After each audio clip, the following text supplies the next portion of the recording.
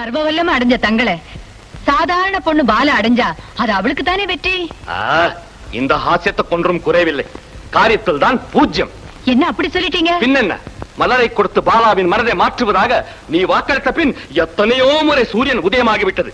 அவள் உள்ளத்தில் என்னை பற்றி காதல் தான் உதயமாகவில்லை, விரகத்தில் நான் வெந்து கொண்டிருக்கிறேன்.